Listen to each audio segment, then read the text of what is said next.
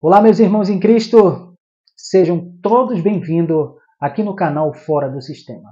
A partir de agora, você estará aqui junto conosco assistindo essas pérolas de vídeos exclusivos sobre o real significado das Escrituras, aqui no canal Fora do Sistema.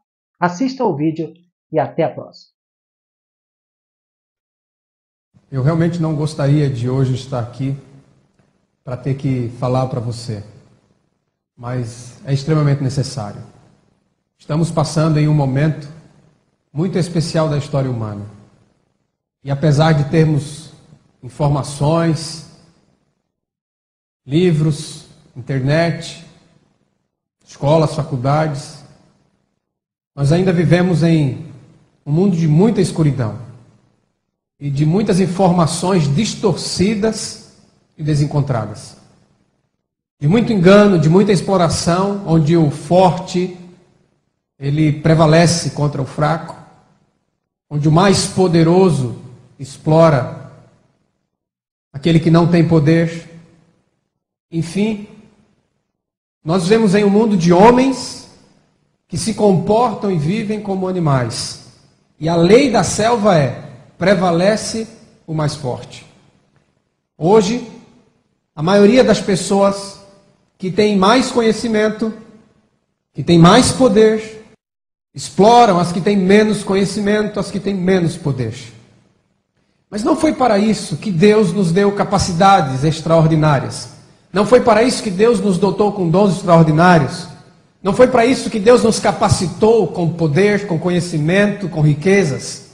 Deus dá bênçãos a pessoas para que elas estejam em posição privilegiada, a fim de descerem as pessoas que estão em posição deprimente, para que possa erguê-las.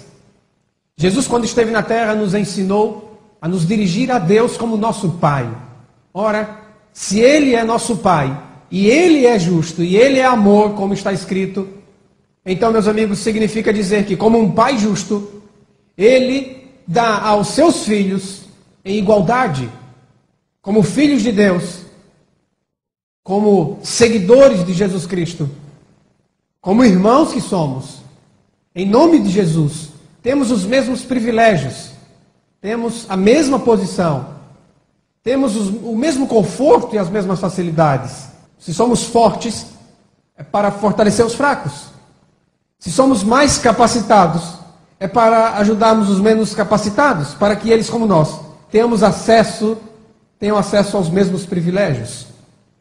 Bem, de todas as injustiças e distorções deste mundo, não há como negar que a mais aberrante de todas é a distorção religiosa, dos ensinamentos da Bíblia, e através da iluminação do Espírito Santo, dos estudos da Palavra de Deus, nós necessitamos continuar descobrindo, estudando e aprendendo as coisas de Deus. E hoje, quero convidar você para estudar o tema sobre os dízimos praticados nas religiões. Possivelmente você devolve fielmente 10% de tudo aquilo que você ganha para a sua igreja, para a sua religião. A questão é, esse dízimo de 10% daquilo que você ganha do seu salário, ele é bíblico? Ele foi praticado pela igreja de Jesus Cristo? Ele foi praticado pelos apóstolos? Os missionários da Bíblia, do Novo Testamento, eles viveram de um dízimo? A questão é, meus amigos, até que ponto aquilo que nós estamos acreditando, vivendo e ensinando é realmente o ensinamento da Escritura Sagrada? Eu quero convidar você hoje a descobrir comigo que o dízimo praticado pelas religiões, ele não tem fundamento, ele não está fundamentado em Cristo. Ele em nenhum momento foi ensinado por Jesus ou por seus apóstolos, ou praticado pela igreja cristã. A pergunta é, quem inventou esse dízimo de dinheiro praticado nas religiões de hoje, chamadas igrejas? Porque se você fizer esse curso inteiro e acompanhar os demais vídeos, nós vamos explicar o que é religião, o que é igreja, vamos explicar sobre o dízimo, sobre pastores, e você vai entender esses assuntos à luz do ensinamento de Jesus Cristo e da Bíblia Sagrada. De maneira que você será beneficiado com a luz do Evangelho de Jesus Cristo. Por isso, eu quero convidar você neste momento a dirigir o seu pensamento a Deus, a voltar o seu coração para Deus e abrir a Escritura para descobrir este assunto. Você hoje vai descobrir que o dízimo praticado pelas religiões é uma invenção da Idade Medieval. Foi inventado por um governo religioso no século VI, no século VII, no século VIII da nossa era. 500, 600, 700 anos depois de Jesus Cristo. E ele não é de nenhuma forma, absolutamente, o dízimo da Bíblia. O dízimo da Bíblia, em primeiro lugar, queremos esclarecer, é um dízimo de 10% daquilo que a terra produzia e daquilo que os fazendeiros dos seus gados produziam. Era uma lei cerimonial, provisória, transitória, que servia para sustentar uma família sacerdotal humilde, pobre e que não detinha poder de governo sobre as pessoas. Aquele dízimo, juntamente com os sacrifícios praticados pelos levitas, juntamente com o templo, juntamente com aquela casa de adoração, enfim, todo o contexto daquela lei cerimonial, inclusive a circuncisão, todos aqueles ensinamentos escritos e dados por Moisés, como parte da velha aliança, eram provisórios. E todos eles, quando Cristo morreu, perderam a validade. Até Cristo morrer, a lei de Moisés ainda estava em vigor. E ainda era correto seguir aquela lei, como uma luz menor que guiava para a luz maior, verdadeira, definitiva, que é Jesus Cristo. Mas até então, aquela luz, ela era uma luz provisória, que deveria então finalmente ser abolida por Cristo na cruz do Calvário. Vejam só, os homens que seguiam a Escritura Sagrada antes da vinda de Jesus, eles andavam seguindo a lei cerimonial, mas na vinda de Cristo, então agora eles participariam de uma nova aliança, feita no sangue de Jesus Cristo, não no sangue de animais. Portanto, eu quero convidar você a abrir a Bíblia no livro de Levítico, no livro escrito por Moisés, o terceiro livro da Bíblia. E ali, depois que Deus dá as instruções para a criação de um santuário na terra, que era uma figura provisória do santuário celestial, então Deus dá as diretrizes do que eles devem fazer. E Deus também escolhe uma família dentre as 12 tribos de Israel para ser a família sacerdotal, que era a família de Levi, do profeta Moisés. E dentro desta família, ele escolhe uma família, a família de Arão, o irmão de Moisés, para ser a família sacerdotal, que deveria então oficiar, servir, que deveria praticar as leis cerimoniais no santuário. E ali Deus, então, ele estabelece uma maneira pela qual aqueles homens se dedicariam exclusivamente à obra sacerdotal.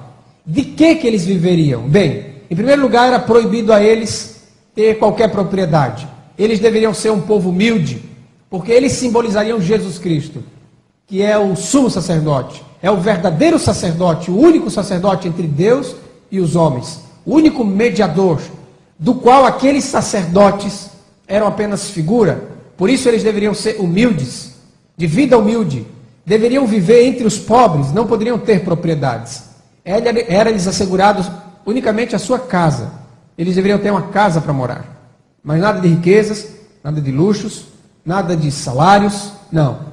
Eles então trabalhariam unicamente, exclusivamente pela comida. E daí então Deus estabeleceu aquilo que nós conhecemos como dízimos. Então vamos ler o texto bíblico, o texto de Levíticos, capítulo 27, versículo 30 ao 32. Também, todas as dízimas da terra, tanto dos cereais do campo como dos frutos das árvores, são do Eterno.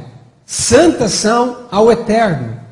Se alguém das suas dízimas quiser resgatar alguma coisa, acrescentará a sua quinta parte sobre ela. No tocante às dízimas do gado e do rebanho, de tudo que passar debaixo do bordão do pastor, o dízimo será santo ao Senhor. Não se investigará se é bom ou se é mau, nem o trocará. Isto é, não vai se verificar se o décimo animal, o décimo gado, ele é doente ou ele é são. ele é cego ou tem algum defeito? Não. Não importa como seja o 10º animal da sua fazenda. O 10º deve ser dedicado ao Senhor, entregue então para o serviço sacerdotal. Mas, se de algum modo o trocar, um e outro serão santos, não serão resgatados. Verso 34, Levítico 27, 34. São estes os mandamentos que o Senhor ordenou a Moisés para os filhos de Israel no monte Sinai. Então vejam o que diz o texto bíblico. O texto bíblico diz que é para dizimar aqueles que produzem grãos na terra, as dízimas da terra. Então, se você produz grãos, disse Moisés ao povo de Israel, então vocês que produzem grãos devem separar 10% da colheita para dedicar ao serviço de Deus, para sustentar a 12ª parte de um povo, de uma nação de milhões de homens. E aqueles que têm fazenda, que têm gados, sejam bois, sejam ovelhas, enfim, eles devem contar. Aquele que tinha 9 animais, ele não dizimava, mas a partir do momento que ele tivesse um 10º animal, então aquele 10º animal que ele produzisse na sua terra, esse animal deveria ser dado ao Senhor e não poderia, de forma alguma, escolher qual animal dá para o Senhor. Era o 10º, não importando qual fosse. Portanto, este texto de Levítico 27 e 30 é o texto fundamental, inicial, para a lei dos dízimos, dado ao povo de Israel enquanto vagueava pelo deserto. Porque o dízimo ele é dado em duas etapas.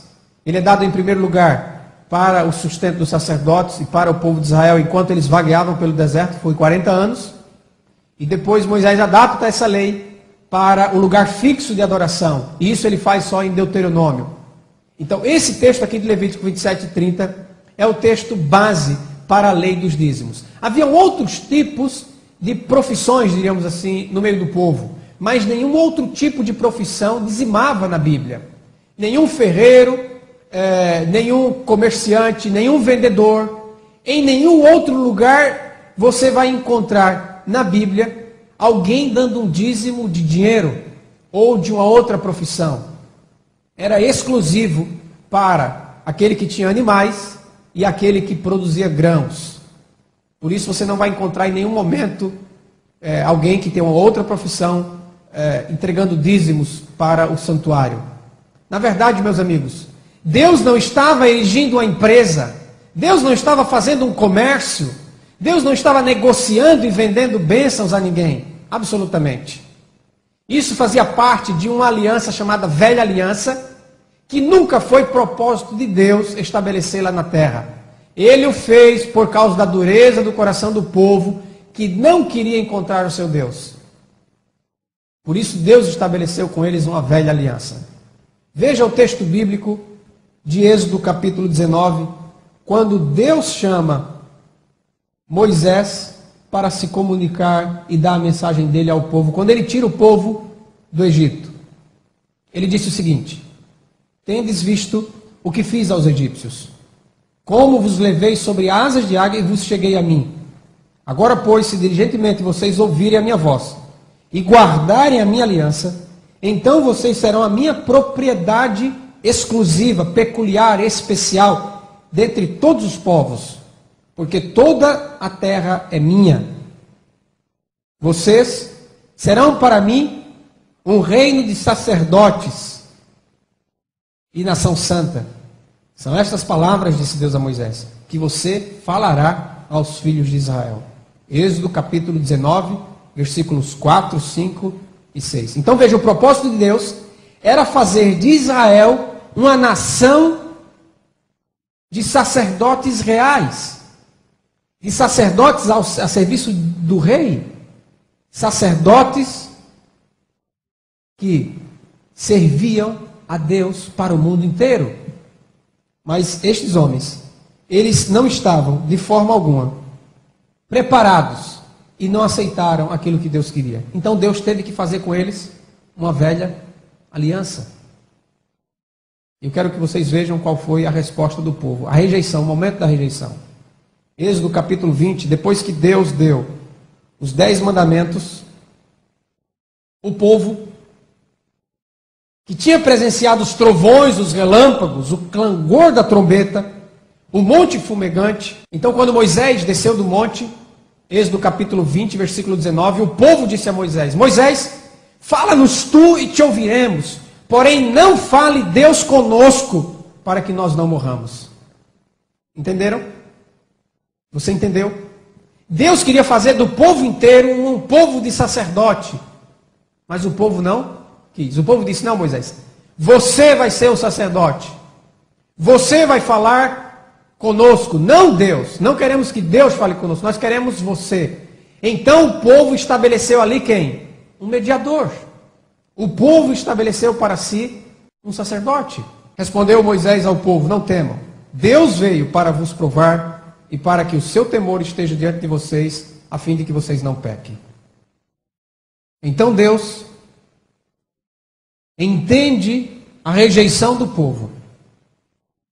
E Deus usará agora de um velho testamento, de uma velha aliança, para ensinar ao povo o seu amor e a sua salvação. E Deus disse a Moisés, em Êxodo capítulo 25, versículo 8, e me fará um santuário, para que eu possa habitar no meio deles. Ou seja, o Deus Todo-Poderoso, que queria habitar dentro do coração das pessoas, dentro da mente das pessoas, ele estava impedido disso. E ele então diz para Moisés: faça um santuário para que eu possa habitar no meio do povo. Mas percebam que esse não era o objetivo inicial de Deus. Ele usa este como um plano B. E através da velha aliança que ele estabelece com o seu povo, ele prepara o povo para aceitar Jesus Cristo, para então crer no Cordeiro de Deus que tira o pecado do mundo. Quando Jesus Cristo vem à terra, então Jesus Cristo, ele põe fim a esta velha aliança, a este santuário provisório simbólico, a este sacerdócio provisório simbólico. Ele põe fim a estas leis cerimoniais provisórias e simbólicas. Ele põe fim à circuncisão, ao sacerdócio e aquilo que sustentava a vida do sacerdote. No caso, aqueles dízimos de alimentos. Depois que Deus dá as instruções das leis cerimoniais em Levítico 27, versículo 30 ao 32, então Deus estabelece que nada se deve acrescentar a tudo aquilo que ele falou. Nada se deve mudar, nada se deve modificar. O que Deus quis dizer, realmente ele disse. Há uma passagem em Provérbios, capítulo 30, versículo 6, quero ler com vocês. Ele disse: nada acrescentes às suas palavras, disse através do seu profeta, para que não te repreenda e sejas achado mentiroso. Então, quando as pessoas querem pegar esta lei dada a Israel, esta lei cerimonial provisória, que fazia parte de um templo que não existe mais, de um sacerdócio que não existe mais, quando eles quisessem justificar o seu dízimo religioso de hoje com aquele dízimo da Bíblia, eles então seriam achados mentirosos, porque Deus nunca falou isso. Essa lei Deus nunca deu. A lei que Deus deu através de Moisés, foi uma lei abolida. Quando Cristo morreu, o véu do santuário rasgou-se de alto a baixo. E tudo aquilo que era cerimonial provisório, ligado àquela casa de Deus, simbólica na terra, porque Deus não habita em casa, em templos feitos por mãos humanas. Então tudo aquilo deixou de existir. Aquele sacerdócio, e também aquela lei de dízimos, e a circuncisão, e os sacrifícios, e o cordeiro, e as datas religiosas, os 7 sábados cerimoniais, enfim. Todas aquelas instituições, elas deixaram de ter validade. Por isso, nunca foram praticadas pela igreja cristã, nem ensinadas por Jesus Cristo e seus apóstolos na nova aliança. Quem quer impor tal lei de dízimos sobre os cristãos é porque, abra sua Bíblia em 2 Coríntios 3, 14 a 17, você vai saber por quê. É porque os sentidos deles se embotaram, diz o texto bíblico. Pois até o dia de hoje, quando fazem a leitura da antiga aliança, o mesmo véu permanece, não lhe sendo revelado que em Cristo é removido. Mas, até hoje, quando é lido Moisés, o véu está posto sobre o coração deles. Quando, porém, algum deles se converte ao Senhor, o véu lhes é retirado. Ora, o Senhor é Espírito. E onde está o Espírito do Senhor?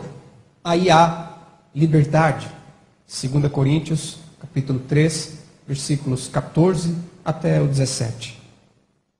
Ainda, se alguém insiste em fazer a bênção depender da prática cerimonial dos dízimos, que é uma lei levítica e que não passa de alimentos e foi engenhosamente transformada em dinheiro na Idade das Trevas, na Idade Medieval, 600 anos depois da morte de Cristo.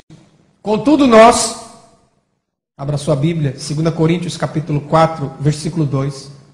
Contudo nós, não só eu, porque há muitos irmãos que têm descoberto essas maravilhas na Bíblia, descoberto as distorções da história, através da história.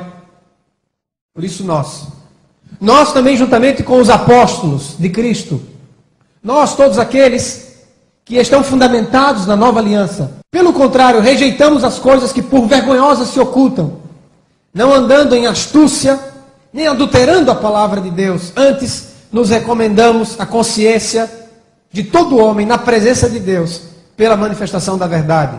2 Coríntios capítulo 4, versículo 2.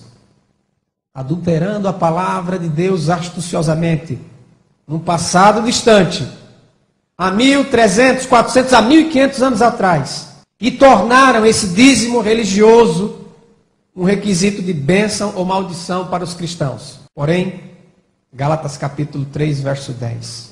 Porém, todos quantos, pois, são das obras da lei, estão debaixo de maldição, porque está escrito: maldito todo aquele que não permanece em todas as coisas escritas no livro da lei para praticá-las. Então, se alguém quer restaurar a lei dos dízimos, terá que restaurar tudo mais que a lei cerimonial diz. Como o sacerdócio levítico, vai ter que procurar onde é que tem levita no mundo, para chamar eles para restabelecer um sacerdócio, porque o dízimo era para eles. E outra, viu? Não é dízimo de dinheiro, não. Aí tem gente que diz assim: não, mas naquele tempo na Bíblia não tinha dinheiro. Quem ensinou isso a você? Está completamente alheio à história da Bíblia ou à história comum. Dinheiro existe desde que existe civilização. Abraão comprou a sepultura da sua esposa com o que, diz a Bíblia? Com dinheiro. José, quando seus irmãos foram comprar trigo no Egito, foram comprar trigo com o quê? Com dinheiro. E tudo isso é anterior a Moisés. O que mais que era feito com dinheiro, segundo a história bíblica ou a história comum? Escravos eram comprados com quê? Com dinheiro. O próprio José foi vendido por dinheiro pelos seus irmãos.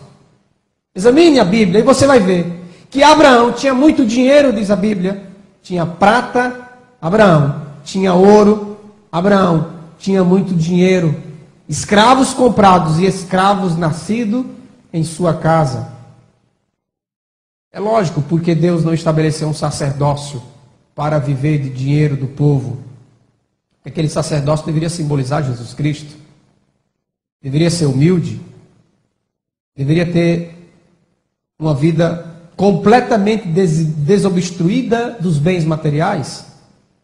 Deveria ser um povo dedicado exclusivamente à obra da caridade e da misericórdia. Nós vamos ver ainda neste vídeo como nós podemos dar dinheiro para Deus, e vamos descobrir que não tem nada a ver em dar dinheiro para fortalecer um governo religioso. O governo religioso foi inventado primeiro e depois como sustentar esse governo religioso. Então eles inventaram a lei falsa, que eles chamaram de dízimo, para poder dar suporte financeiro para o governo deles.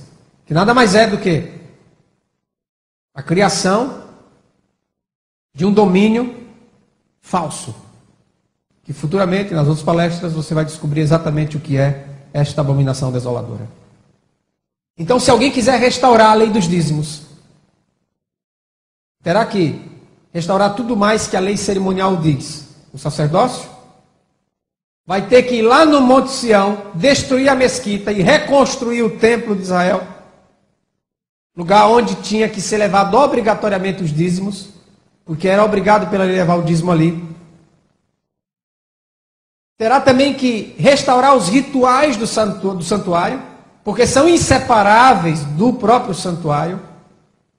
E isto é a parte mais difícil de fazer, porque vai ter que comprar uma guerra com os muçulmanos, né?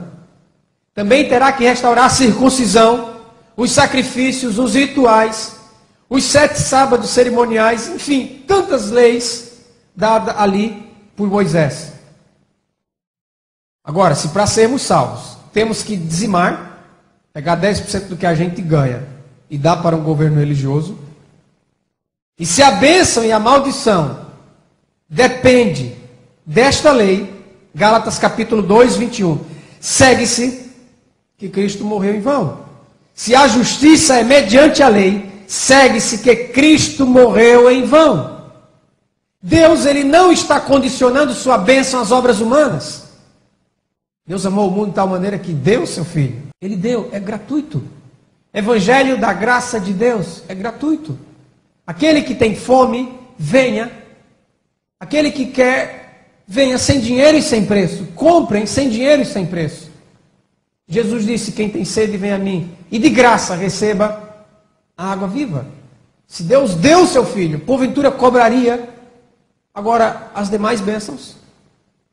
Acontece, meus amigos, que aquela voz satânica que ecoou pelo espaço, quando Jesus morria na cruz, dizendo, ele disse que era filho de Deus, agora por que Deus não vem tirá-lo da cruz? Você disse que você era filho de Deus, mas Deus não ama você porque você está aí sofrendo, porque você está aí morrendo nessa cruz. Esta pregação satânica foi copiada pelos seguidores de Satanás, pela deturpação das religiões, ensinando que Deus só está com aqueles que têm prosperidade, que têm prosperidade financeira. Jesus Cristo estava morrendo na cruz. E, ao morrer na cruz, segundo a ótica humana do mundo e de Satanás, ele estava sendo completamente derrotado? Deus não estava com ele? Acontece, meus amigos, que nós não podemos medir se Deus está conosco ou não, pelos bens materiais. Todos os apóstolos foram pobres e morreram pobres. E a maioria esmagadora de todos os cristãos que hoje existem no mundo são pobres. Muitos deles não têm o que comer. Mas não significa que eles não são abençoados por Deus. Porque Deus tem um reino, mas é o reino dos céus, não é da terra. Nós aqui somos peregrinos e estrangeiros, não temos aqui morada certa. Nada do que há aqui neste mundo, e inclusive está escrito, não amem o mundo nem as coisas que há no mundo. Eu não estou dizendo que não podemos ter coisas aqui. Eu estou dizendo é que se temos ou não temos, isso não depende de um favor exclusivo de Deus, em troca de alguma coisa que você está dando para Ele.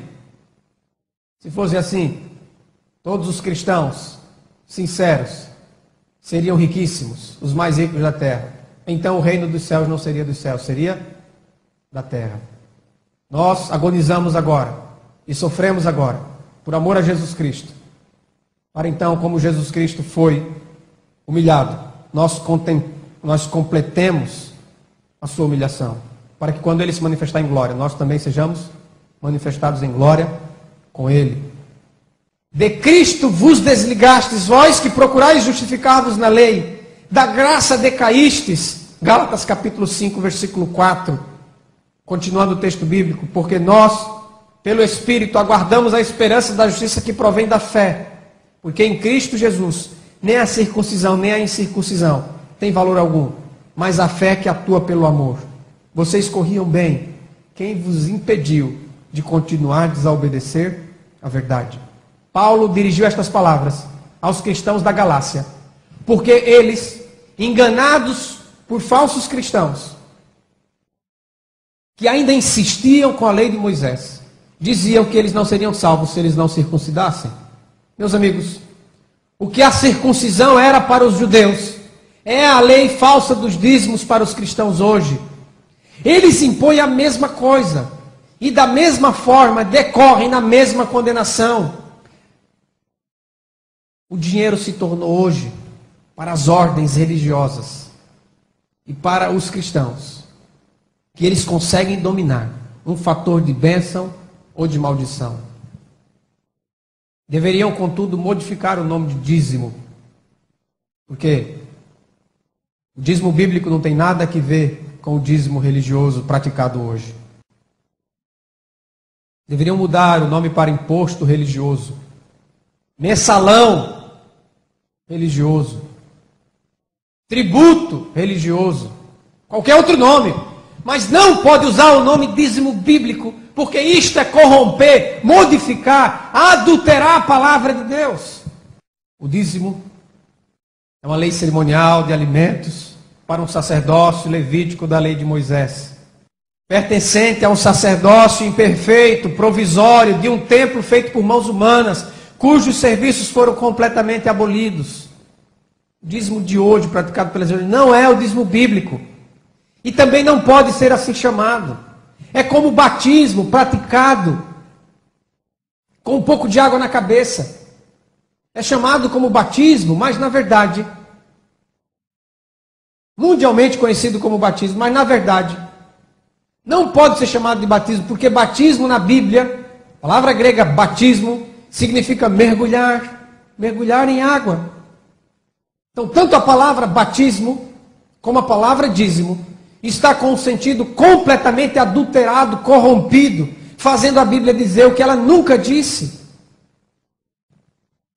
O falso conceito está embutido na cabeça. E aí quando você olha, você vê esse falso conceito como se fosse verdade. Mas é uma adulteração, uma modificação. É uma transformação ilegal daquilo que está escrito. Eu não entrego um dízimo dos meus rendimentos para uma organização religiosa, porque eu sou seguidor de Jesus Cristo e não dos homens. Jesus, ele nunca pagou ou entregou um dízimo para uma organização religiosa. Você pode dar vários motivos para isso, mas o primeiro deles não é porque ele não era fiel à lei de Moisés, porque Jesus cumpriu a lei de Moisés à risca. O motivo real é porque Jesus era carpinteiro. Carpinteiro não dizimava. Era produtor de grãos que dizimava. Era produtor de gado que dizimava. Jesus não tinha fazenda. Jesus não era agricultor. Jesus era carpinteiro. Por isso Jesus nunca dizimou. Mas ele foi fiel à lei de Moisés. Em todo o tempo ele cumpriu a lei de Moisés. Mas não com respeito aos dízimos, porque ele era carpinteiro. A promessa da salvação, segundo está escrito em Apocalipse 2:26, Jesus disse, é para o vencedor, aquele que guardar até o fim as minhas obras. Jesus Cristo, ele não estabeleceu o dizimar como uma obra sua que deveria ser imitada, nem tampouco dos apóstolos, nem de qualquer cristão. Não há um verso na Bíblia em que a igreja de Cristo praticava a lei dos dízimos. Nem Paulo, nem Pedro, nem João, nem Tiago, nem Barnabé, nem nenhum dos cristãos do Novo Testamento, da igreja de Cristo, nenhum deles, em nenhum momento, em nenhum lugar da Escritura, é dito que eles praticavam essa lei de dízimos. A lei levítica com o sacerdote, os dízimos que o sustentavam, a circuncisão, sinal desta velha aliança, o templo, que era chamada casa de oração, casa de Deus, um lugar físico, um lugar fixo para adorar a Deus, os rituais e os sacrifícios, tudo isso era um ensino provisório, Gálatas 3:24, e serviu de aio para nos conduzir a Cristo, a fim de que fôssemos justificados por fé. E tendo vindo a fé, já não estamos subordinados ao aio. O aio é uma expressão jurídica para significar que quando você é um menor e os seus pais, eles estão ausentes, eles faleceram, algum motivo assim, a palavra é usada curador. Então você, segundo a justiça, é colocado na tutela de um curador, até que você complete a maioridade. Você é dito como sendo colocado em escravidão. Uma criança, um escravo. A mesma coisa no contexto do que Paulo está ensinando. Quando chega o momento da maioridade, então você assume plenamente propriedade daquilo que é seu, mas que ainda não estava em seu poder. Jesus Cristo, ele veio, e ao morrer na cruz do Calvário, e ao pregar a verdade, ele nos tirou da escravidão do aio, de tudo aquilo que era provisório, de tudo aquilo que era uma luz menor, porque ele é a luz maior, verdadeira, total, definitiva. Assim, o templo construído por mãos humanas, o sacerdócio carnal, imperfeito e mortal, os dízimos que o sustentava com comidas, pois jamais foram dinheiro, as bebidas, as abluções e toda sorte de rituais, constituíam a lei cerimonial que foi dada por Moisés 430 anos depois de Abraão, Gálatas 3:24. E era sombra, Hebreus capítulo 9, versículo 10. Era sombra dos bens vindouros, os quais não passam de ordenanças da carne, baseadas somente em comidas, bebidas e diversas abluções, impostas até o tempo oportuno da reforma. É nesse momento agora que muitos vão pegar o profeta Malaquias. Vão abrir lá em Malaquias capítulo 3:10 e dizer que quem não dá o dízimo para a igreja está roubando Deus. Meus amigos, eu já vi texto bíblico ser distorcido, mas esse é o pior de todos.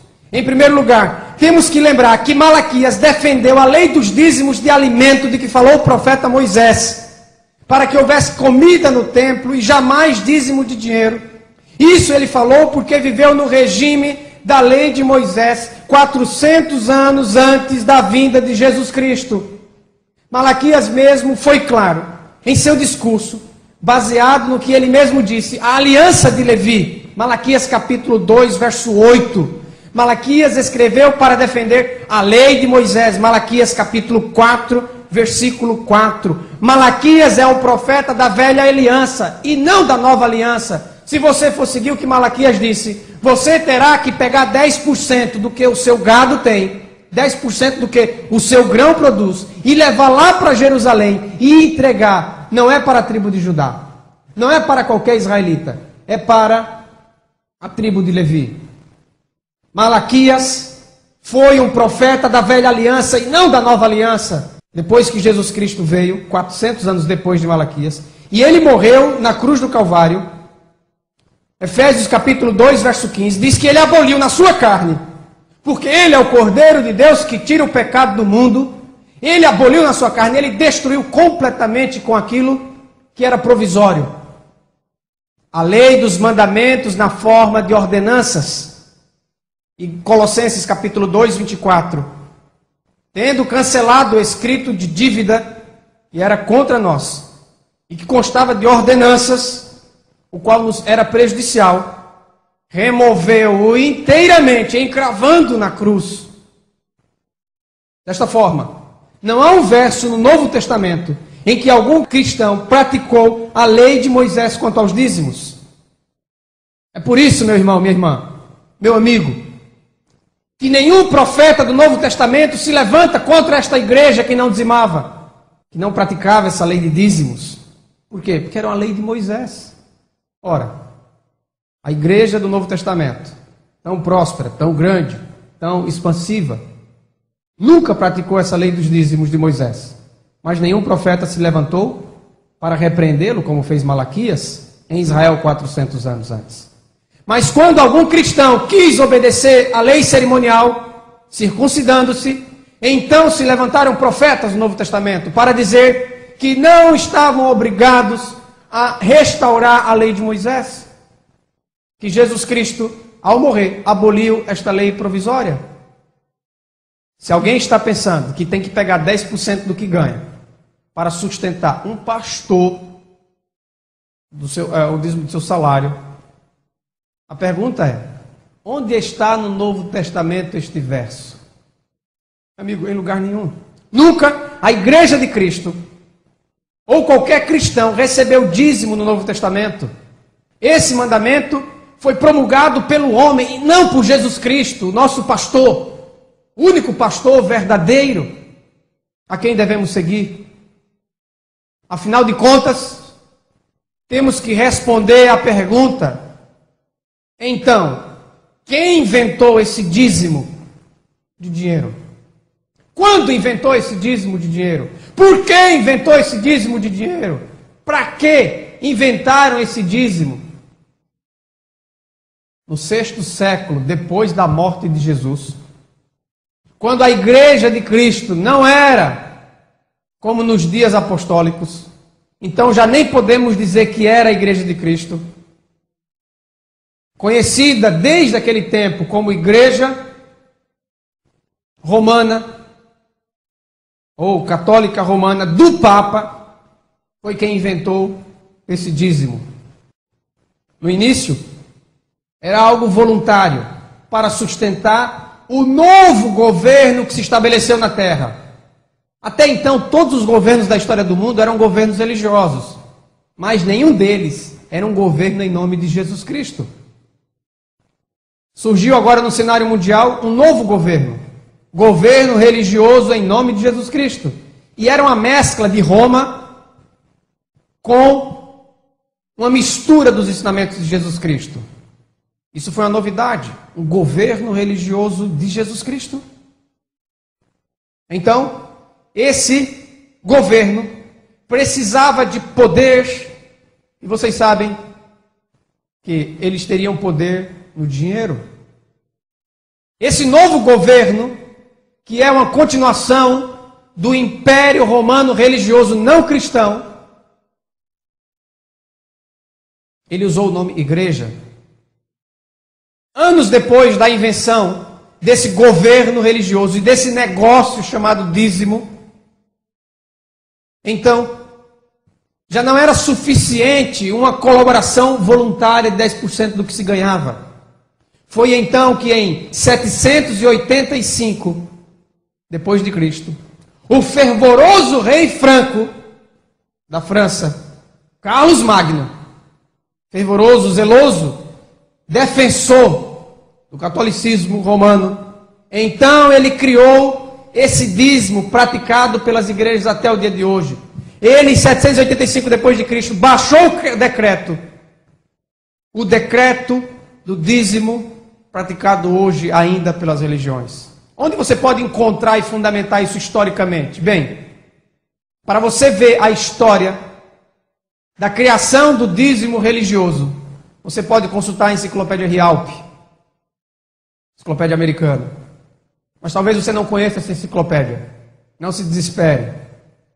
Eu agora há pouco tempo não sabia, foi uma novidade para mim, porque eu descobri estas coisas unicamente com a Bíblia, e depois que me veio ao entendimento estas palavras, então eu comecei a pesquisar na história para saber onde surgiu esse falso dízimo. E aí então eu encontrei a enciclopédia Rialp. Mas eu queria algo que o brasileiro pudesse ter acesso. E orei, pedi a Deus. E finalmente me veio aquela convicção de procurar a enciclopédia Barça, que muitos de vocês talvez tenham até em casa.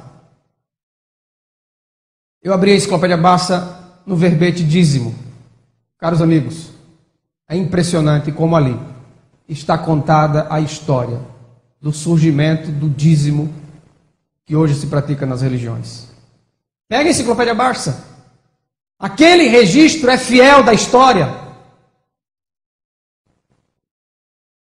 E o decreto de 785, onde você pode encontrar fundamentação? Eu vou citar para você, já citei a enciclopédia secular mais importante da nossa língua portuguesa. Agora eu vou citar uma autoridade religiosa, a mais importante do meio religioso, conhecido por todos os estudiosos da religião cristã. O Dicionário Internacional de Teologia do Novo Testamento, sob o verbete dízimo, na página 601. Ali está o decreto de Carlos Magno. Você pode ler o artigo completo, da página 595 à página 601. Ali está declarando o surgimento do dízimo praticado pelas religiões. Esse Dicionário Internacional de Teologia do Novo Testamento, primeiro foi publicado na Alemanha, muitas décadas atrás. Pelo sucesso da obra publicada por grandes estudiosos, ela foi reproduzida nos Estados Unidos algumas vezes e editada. Finalmente ela foi trazida para o português aqui no Brasil. E hoje ela é uma edição única na sua mais nova publicação. Você pode encontrar com facilidade. Ali no verbete dízimo tem a explicação deste decreto de Carlos Magno que fundamenta este falso dízimo.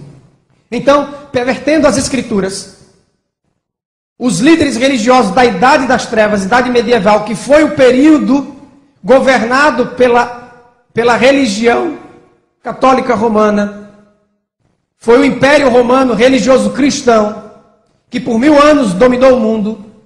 Por este período, a prosperidade, a riqueza, a ganância, o luxo e tudo mais que possa existir foi dado ao governo religioso, através de um falso governo religioso, através de um falso dízimo bíblico.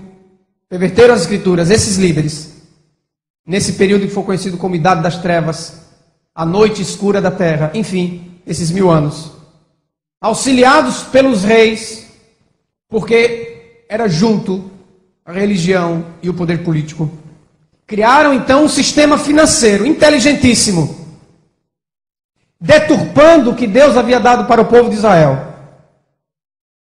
E deram a ele o nome de dízimo. Falsificaram a religião de Jesus Cristo. E a Idade das Trevas ainda não acabou para a maioria dos cristãos. Ainda estamos saindo da caverna, ainda estamos saindo da Idade das Trevas. Que não haja orgulho nesta questão, que sejamos humildes e reconheçamos que nós erramos, acreditamos errado, para que nós possamos mudar. A Igreja Católica inventou o dízimo de dinheiro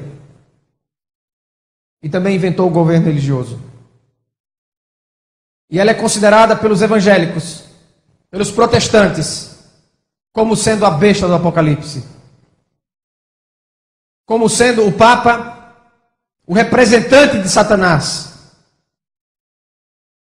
Reconheceram a falácia da criação de um governo religioso no nome de Jesus. Reconheceram tantas instituições da Idade Média como sendo falsas e não bíblicas. E daí surgem muitos movimentos cristãos. Mas essa Igreja Católica Romana, do Papa, que eles consideram a besta, o representante de Satanás, que criou esse falso dízimo, reconheceu a falácia do dízimo religioso. E o Papa Bento XVI extinguiu o termo dízimo do 5º mandamento da Igreja, promulgado em 28 de junho de 2005 e republicada pela Conferência Nacional dos Bispos do Brasil. E eles entendem que com o tempo as pessoas vão mudar as suas palavras, se adaptar a essa mudança feita pelo Papa Bento XVI, que reconheceu a falácia da invenção dos dízimos. Roma criou e Roma matou. Mas os cristãos ainda estão copiando Roma. Não só o governo de Roma, como copiando a maneira que este governo tem poder. Eu gostaria de ter todo o meu dinheiro de volta. Por 15 anos que eu fui enganado. Achei que estava dando dinheiro para Deus. Mas na verdade, eu estava sustentando uma empresa religiosa. Um governo de homens. A pergunta é, será que vão devolver o meu dinheiro para que eu possa de fato entregá-lo para Deus? Se eu quiser depositar um dinheiro na conta de Jesus Cristo, alguém aí sabe o número desta conta? Daqui a pouco eu vou dizer para você qual o número da conta de Jesus. Se você quiser dar dinheiro para Deus, eu vou ensinar como. Não que eu de mim mesmo saiba alguma coisa, mas simplesmente eu vou mostrar para você na Bíblia o que a Bíblia diz sobre este assunto. E você vai entender. Jesus disse, as minhas ovelhas ouvem a minha voz e elas me seguem. Elas não seguirão a outro, mas elas seguirão a mim. Eu vou guiá-las. Sem falar em todas as injúrias, em todos os falatórios indevidos, sem falar em todas as perseguições que temos que sofrer por acreditar diferente, não em uma nova verdade, senão na verdade antiga, ensinada e praticada por Jesus Cristo. Meus amigos, hoje acreditar no certo é entendido como errado. Acreditar na verdade é entendido como acreditar na mentira. E para muitos acreditar na mentira é verdade. Para muitos, aquilo que não é verdadeiro é verdade. Estão com mensagens dentro de sua memória e por isso não conseguem compreender aquilo que está sendo anunciado. Graças a Deus, que apesar de toda injustiça praticada pelos governos religiosos em nome dele, ele foi maior na minha vida. E hoje, olhando para ele sem os óculos do engano, sem os óculos da falsa religião criada pelos homens, eu posso afirmar que ele é justo, justo com seus filhos, e que no reino dele não há exploração nem desigualdade. Eu amo mais Jesus, eu te amo mais, Jesus, mais do que nunca. Eu celebro a tua bondade, a tua justiça, porque tu és o Rei eterno, somente tu és o Senhor, somente tu és o meu pastor. E posso dizer, nada me falta. Louvado seja o Eterno, porque agora o Eterno passou a reinar, passou a governar. Na minha vida, eu deixei com César o que é de César, entendi, e deixei com Deus o que é de Deus. Aconteceu a separação dos poderes. Aos homens o governo do mundo. A Deus, em Jesus Cristo, o governo da fé, do reino de Deus. Jesus virá buscar o seu rebanho, e não o rebanho do pastor fulano, do pastor cicrano, do pastor A, do pastor B, pois os que se apropriam de ovelhas alheias são ladrões e salteadores. Quem dera entendessem o que significa a resposta de Jesus Cristo ao desafio dos líderes religiosos. Mateus 22, 21, dai a César o que é de César, e a Deus o que é de Deus. A cara de César ainda está no dinheiro brasileiro, e o rosto de Deus está no rosto de todos os homens. O teu rosto, Jesus, está no rosto dos homens, dos fiéis, dos pequeninos, dos esquecidos, dos explorados, dos fracos, dos pobres. Que os líderes religiosos entendam esta mensagem e deixem o governo deste mundo com os mundanos e deixem o governo religioso com Jesus Cristo.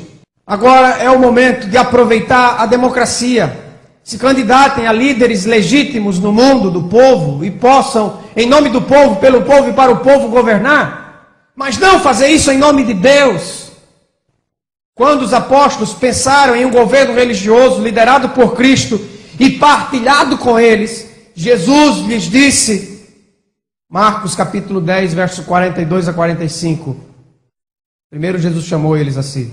E aí Jesus falou assim: vocês sabem que os que são considerados governadores dos povos têm-nos sob o seu domínio, e sobre eles as suas autoridades, os seus maiorais, aqueles que são maiores, postos em cima, exercem autoridade. Marcos 10, 42. Mas entre vocês não é assim. E aí vem a pergunta: como é, Jesus? Se não é assim uma pirâmide, então como é? Jesus disse, é o contrário. Continuando, Mateus 10, 43. Se alguém quiser se tornar grande entre vocês, ou seja, se alguém quer se colocar acima entre vocês, será esse o que vos serve. E quem quiser ser o primeiro em privilégios, que é o primeiro lugar, será servo de todos. Pois o próprio Filho do Homem não veio para ser servido, mas para servir e dar a sua vida em resgate por muitos. Marcos 10, 42 a 45. Foi isso que Jesus disse aos apóstolos que estavam equivocados, pensando que Deus teria um governo na terra, e então Jesus iria governar e eles governariam com Jesus, teriam poder, autoridade, estariam colocados acima, no pináculo da pirâmide. Mas a questão é que Jesus disse, se você quiser ser o primeiro, então seja o último. Ou seja, todos os irmãos têm o mesmo privilégio, são irmãos, são iguais. O único que está acima deles é Jesus Cristo. Então, se você quer ter uma posição maior, você está enganado, ele disse aos apóstolos. Vocês têm que descer para o mais baixo nível. Ou seja, você vai ser o último a comer, se você quer ser maior do que os outros. Você vai ser o último a ter uma casa, Se você quer ser maior do que os outros, maior aqui não é sentido de orgulho, é sentido de se colocar acima, em posição maior, de elevação. Então você será o último em todas as coisas. É isso que Jesus disse para repreender aquele falso engano que estava na mente dos apóstolos, de querer ser superior, acima, governo, domínio sobre homens. Enquanto os fariseus exerciam governo religioso sobre as pessoas, elas não puderam receber o único e verdadeiro pastor, nem puderam entrar no reino de Deus, ou seja, no governo de Deus. E eles mesmos, enquanto exerciam a administração religiosa, eles mesmos não deram a Deus o que é de Deus. Enquanto existir governo religioso, o homem estará tomando nas mãos o que é de Deus. Só Deus pode governar sobre os fiéis. E isso ele faz através unicamente de Jesus Cristo. Os líderes religiosos estão aprisionando pessoas a si mesmas. Aprisionando os homens à sua forma de fé.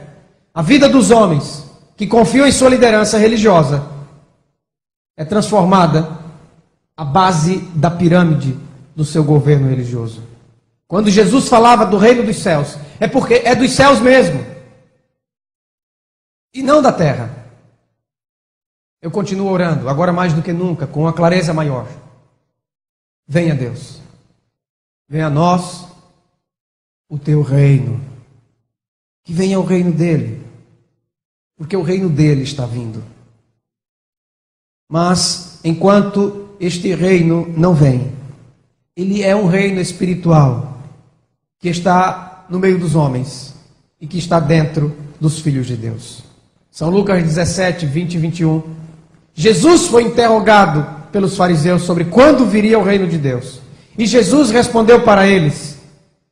Sabe por que eles fizeram essa pergunta para Jesus? Porque muitas pessoas estavam sendo expulsas da religião, do templo, da igreja. E elas estavam agora sem um lugar fixo para adorar a Deus. Elas estavam agora sem um governo religioso para dedicarem a sua devoção. Mas elas estavam agora entendendo a verdade. Por isso eles perguntaram, quando vai vir esse reino? Nós queremos ver para onde que as pessoas vão, a quem que elas vão estar submissas. E aí então Jesus responde.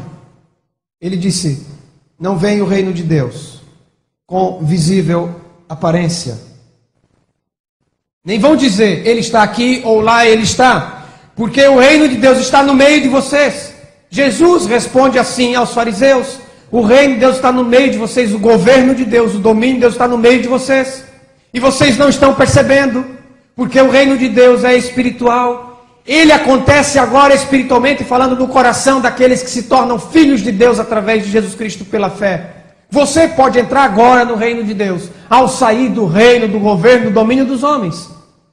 E livre se tornar súdito do reino de Deus. E Deus adota você, muito mais do que um súdito, um escravo. Ele faz de você filho, e você se torna filho do rei.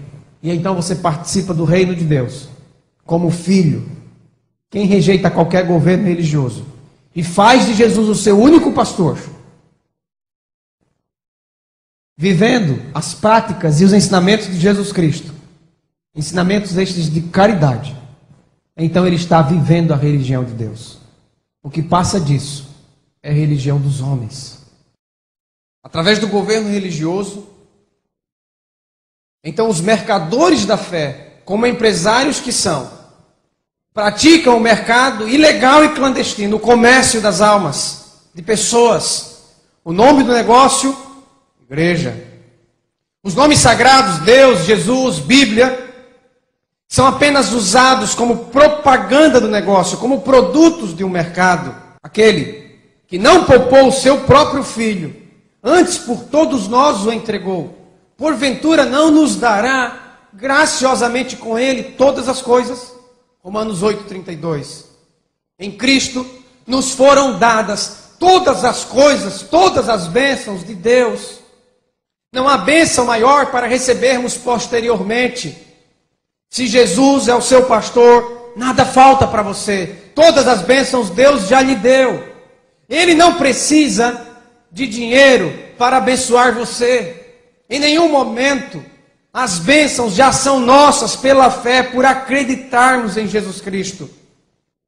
Nós já temos tudo que Deus nos prometeu. Mas como os homens estabeleceram líderes religiosos para si mesmos. Então há uma fome insaciável. Os homens estão perdidos, sendo conduzidos por outros homens. Jesus disse, cegos guiando cegos. Na verdade, não é porque a pessoa que está guiando não tem entendimento, não tem inteligência, não tem sabedoria. Tem sim. E não tem pouca não, tem muita. Faz o povo trabalhar para si, de graça. Ainda paga para trabalhar para si. Enquanto os irmãozinhos estão na fila do SUS, tem a maior e melhor cobertura de planos de saúde. Então não são, em nenhum momento, cegos no sentido do mundo, não. No sentido do mundo, eles veem com 4, 5, 6, 10 mil olhos. Olham por todos os lados. São muito diferentes dos santos de barro. Santos de barro têm olhos, mas não veem. Esses santos religiosos têm olhos e veem muito bem. Enxergam longe. Aqueles outros lá de barro têm mão, mas não pegam. Esses pegam. Pegam em grandes quantidades de dinheiro. Então, negócio da fé é um negócio extremamente próspero. Está prosperando. As pessoas voltam sempre, inadvertidamente, pagam alto por isso. Voltam sempre à mesma fonte dos homens. São eles os homens dominados, escravizados. São eles uma fonte inesgotável para os governos religiosos, para os multimilionários que exercem o comércio, cujos gerentes do negócio podem dizer, eles sim podem dizer que nada lhes falta deste mundo, porque tem tudo. Nós não podemos conseguir por dinheiro aquilo que Deus nos deu gratuitamente. E tudo nos foi dado em Cristo pela graça, mediante a fé. Se Deus entregou o seu Filho gratuitamente para conceder vida eterna ao que crê, porventura Ele estaria agora cobrando dinheiro dos fiéis para poder dar outras bênçãos? Estaria Deus cobrando de você dinheiro para poder te abençoar? Os homens pintaram Deus como um mercador, um empresário. Eu te abençoo, mas você me dá dinheiro. Na verdade, meus amigos, o Evangelho de Deus faz bem pobres, mas o Evangelho dos homens faz bem a eles mesmos que pregam este Evangelho. Deus é representado como sendo mesquinho pelos pregadores que estão refletindo o seu próprio caráter interior, pois são mesquinhos na compreensão espiritual e estão, por assim dizer, profanando o sangue da nova aliança, insultando o Espírito da graça. Cumpre-se a palavra que diz, conforme está escrito em 2 Pedro, pode ler na sua Bíblia, capítulo 1 até o versículo 3. Atente bem para esta leitura. Assim, como no meio do povo surgiram falsos profetas, e aí Pedro falando, se referindo ao passado, no meio do povo surgiram falsos profetas, assim também haverá entre vocês falsos mestres, os quais introduzirão dissimuladamente heresias destruidoras, até o ponto de renegarem o soberano Senhor que os resgatou, trazendo sobre si mesmos repentina destruição, quer dizer, uma destruição surpresa. E muitos seguirão as suas práticas imorais. Agora eu vou abrir um parênteses aqui para a descrição de Pedro. Práticas imorais. Eu pergunto, será que há algo mais imoral que aconteça na religião do que a exploração financeira praticada em nome de Deus? Será que há algo mais imoral que possa existir do que pastor fazendo campanha de cura na sua igreja e dizendo que a pessoa faça um sacrifício, que venda o seu apartamento ou que pegue 10% do que ele ganha e dê para a igreja? E daí, se a pessoa vai e bate o carro, ou se a pessoa vai e está passando por um problema na sua família, um problema financeiro, ou se ela perdeu o emprego. Aí o pastor vai na sua casa e diz: irmão, você está sendo fiel nos dízimos, irmão. Isso é porque você falhou. No entanto, meus amigos, enquanto os irmãos têm que depender da fé para viver neste mundo, os líderes religiosos dependem disso aqui. O irmãozinho, para ter saúde, tem que depender da cura. O líder religioso tem plano de saúde.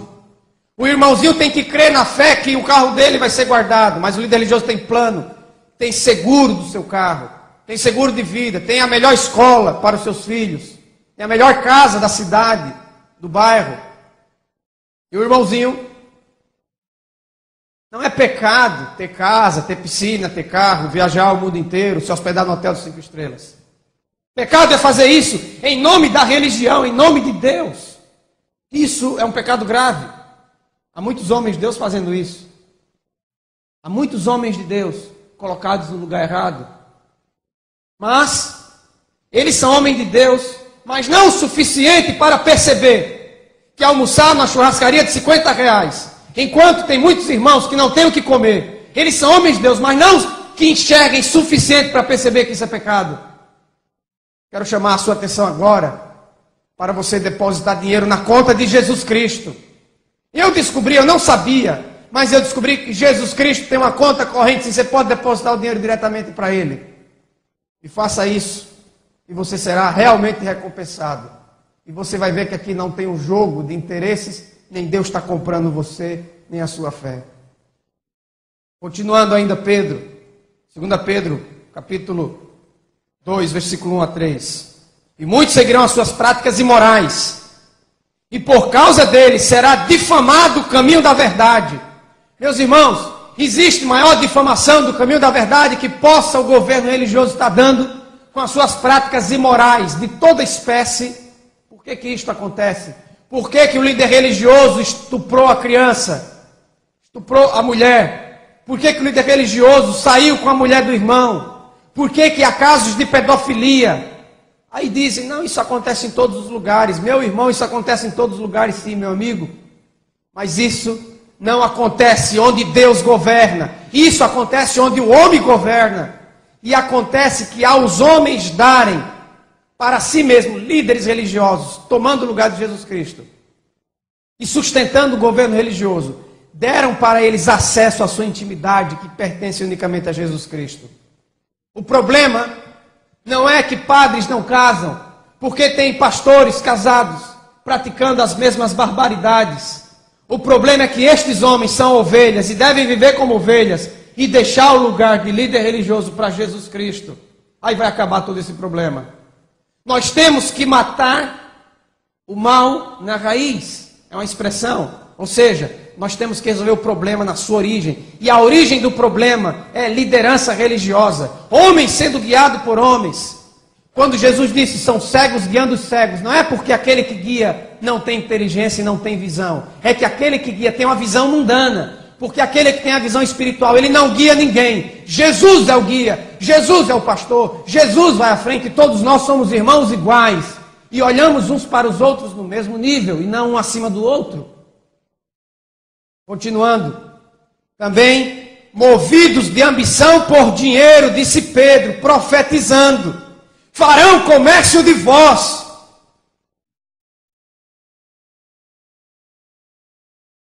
Com palavras fictícias, palavras inventadas. Farão comércio de vós com invenções. O dízimo religioso é uma invenção de homens. E através de uma religião forjada no cartório, é feito comércio de você. Você é parte do comércio dos homens. Mas faz muito tempo que o juiz está alerta, diz Pedro. E o destruidor deles está acordado. O juízo vai chegar. E no dia do julgamento, quando todos tiverem que comparecer perante Deus, Deus não vai perguntar se você deu 10% do que você ganha para sustentar um governo religioso. Deus não vai perguntar o tamanho e o comprimento do seu cabelo ou da sua saia. Deus não vai perguntar se você não faltou a um culto. Não. Jesus deixou claro o critério do julgamento em Mateus 25, você pode ler a partir do verso 31. E o critério do julgamento é aquilo que você fez em relação às palavras de Jesus Cristo. Deus, Ele não está vendendo as suas bênçãos. Deus não é um negociador, um empresário. Se algum dia você se sentir constrangido quando entrar dentro de um lugar que você chama de igreja, e ali você ouvir um discurso religioso,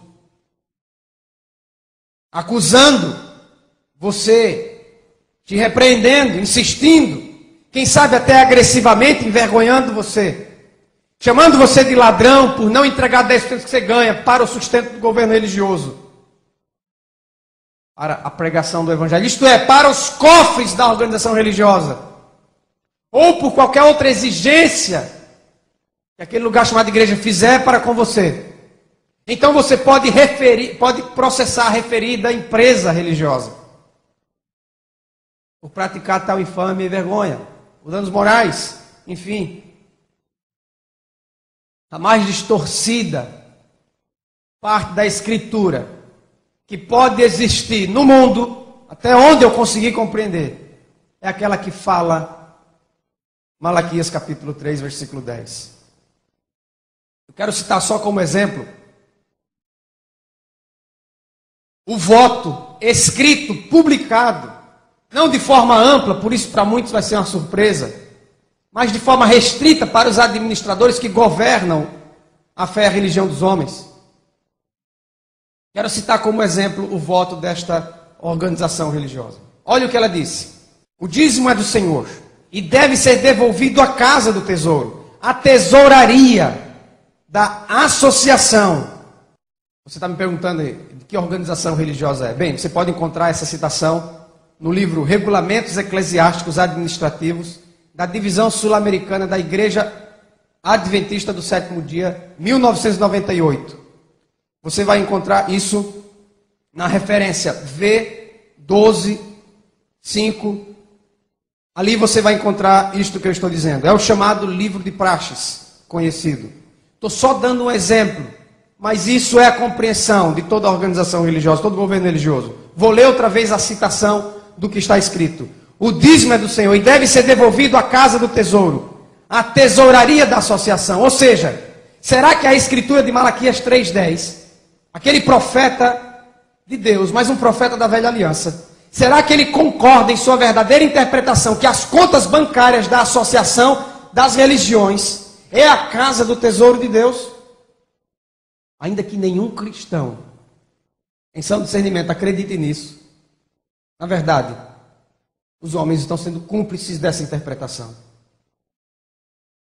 No ano 2008, a referida empresa religiosa, somente no seu escritório maior, porque é uma estrutura, assim como um governo qualquer, o governo brasileiro, o governo americano, uma estrutura piramidal. Então, o escritório maior, sediado nos Estados Unidos, no ano de 2008, agora recentemente, só este escritório depositou, como faz todos os anos, com variações de dinheiro, depositou 212 milhões de dólares na Bolsa de Valores de Nova York. 212 milhões de dólares em 2008. Eu não sei quanto foi em 2009, nem sei quanto foi em 2007, não estou acompanhando. Na Bolsa de Valores de Nova York. A questão é que isso é só sombra, isso é só a ponta do iceberg, isso é o dinheiro que sobrou depois de tudo que foi gasto em um ano. E sabe qual é a principal fonte de renda dos governos religiosos, da grande maioria?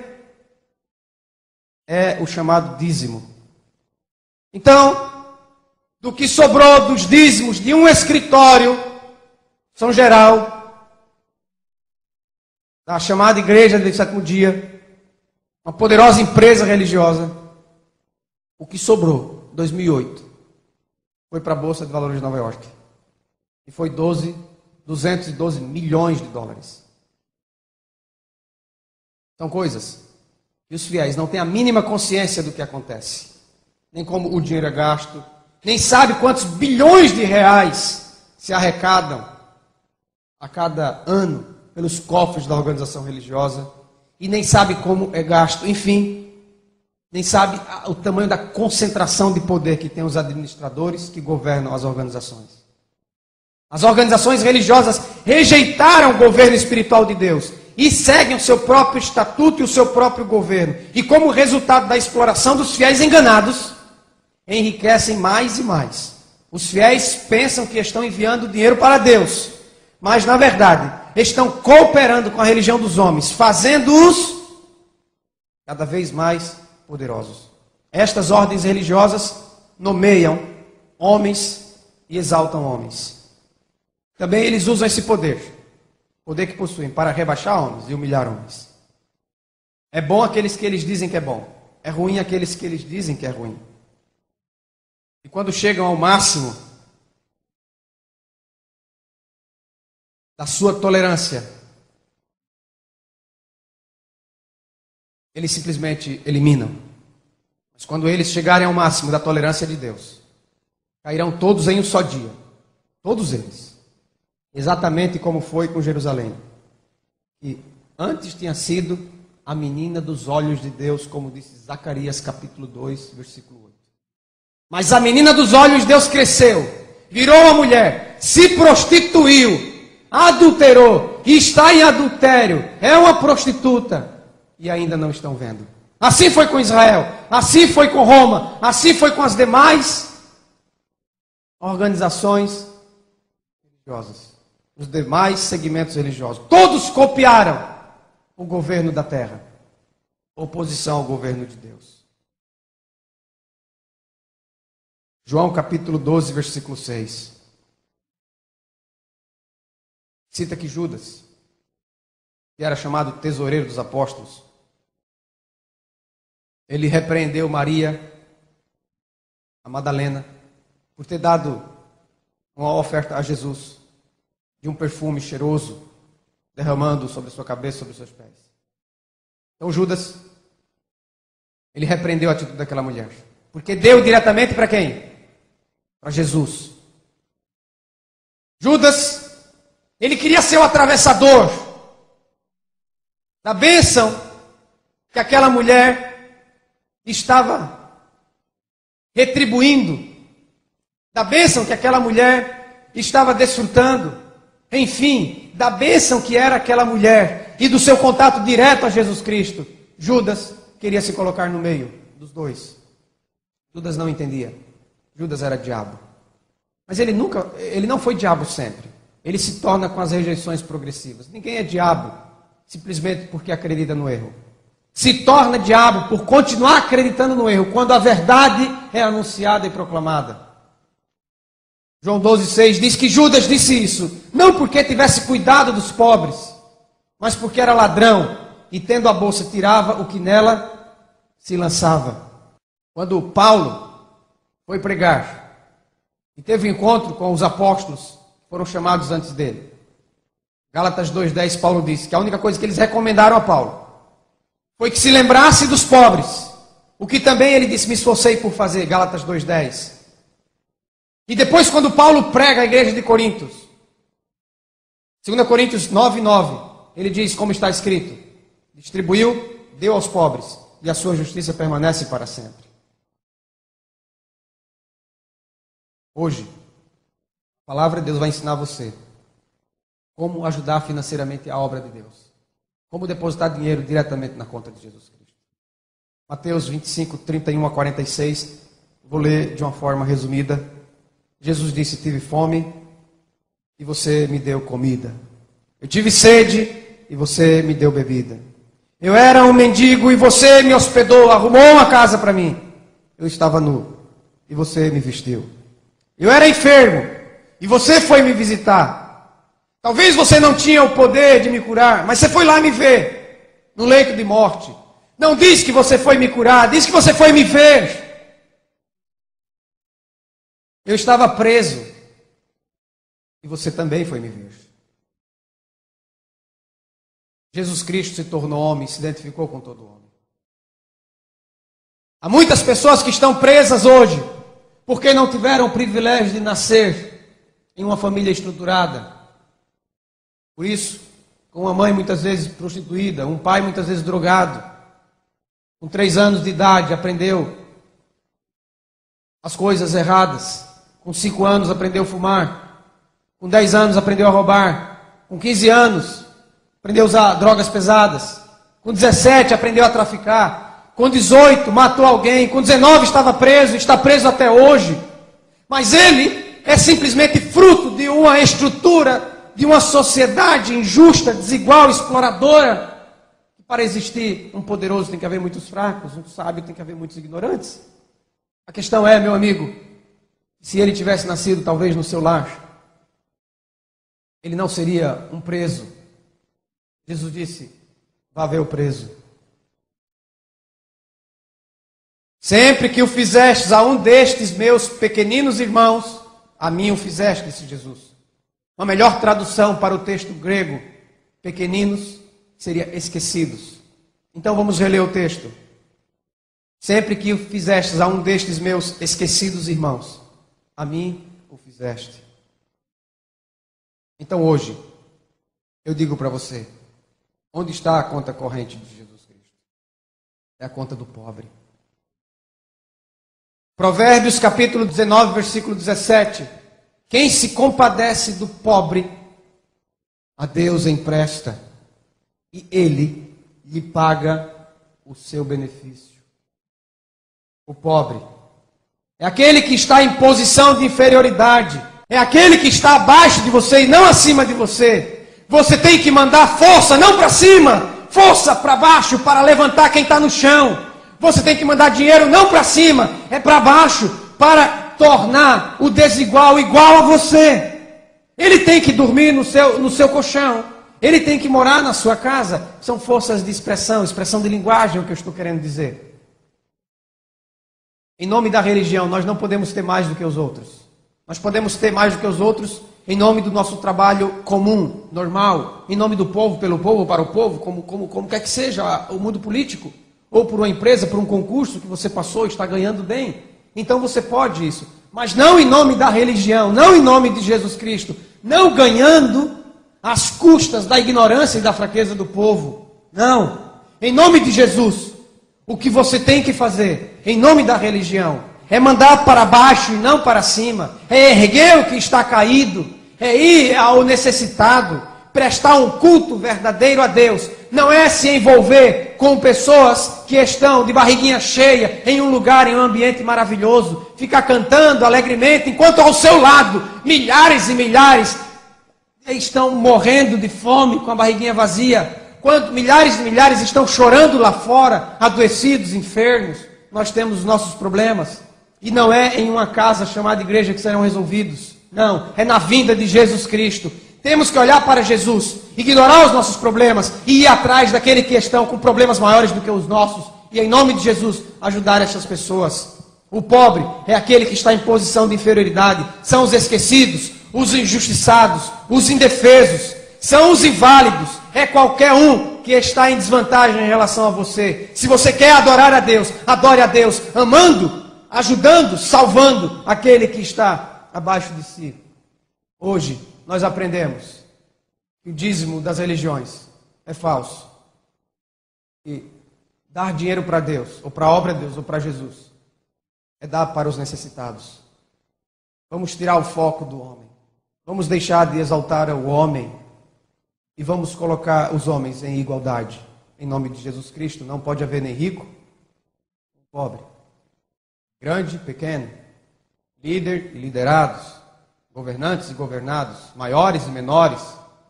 Homem ou mulher. Porque em Cristo nós todos somos um. Jesus nos chamou e disse: eu sou o bom pastor. Eu dou a minha vida por vocês. E vocês que são as minhas ovelhas me ouvem e me seguem. E quem me segue não andará nas trevas. Ele disse que haveria um só rebanho e um só pastor. Um só rebanho de ovelhas iguais, que se alimentam igualmente, que têm a mesma gordura e o mesmo peso, que dormem no mesmo pasto, que bebem da mesma água. A religião de Cristo, a religião de Deus, que é Jesus Cristo, torna os homens iguais, em privilégios. Torna os homens iguais. em paternidade. Somos todos filhos de um mesmo Pai e não desiguais. Com poder, com fervor, com alegria, entreguemos para Jesus o que nós temos. Não 10%, não 20%, não 30%. Entreguemos tudo a Ele, para glorificar a Ele. E isso fazemos quando nós cumprimos a sua palavra. No dia do juízo, o critério do julgamento é este.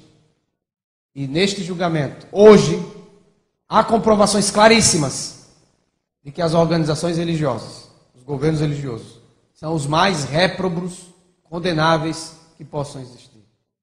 Porque eles fazem bem somente a si mesmos. Em nome de Jesus, saia do cativeiro. Porque Ele quebrou as tuas algemas. Em liberdade vá fazer a obra de Deus. Fazer a obra de Deus, exaltar o nome de Deus, o nome de Jesus Cristo. Indo em busca dos esquecidos. Amém.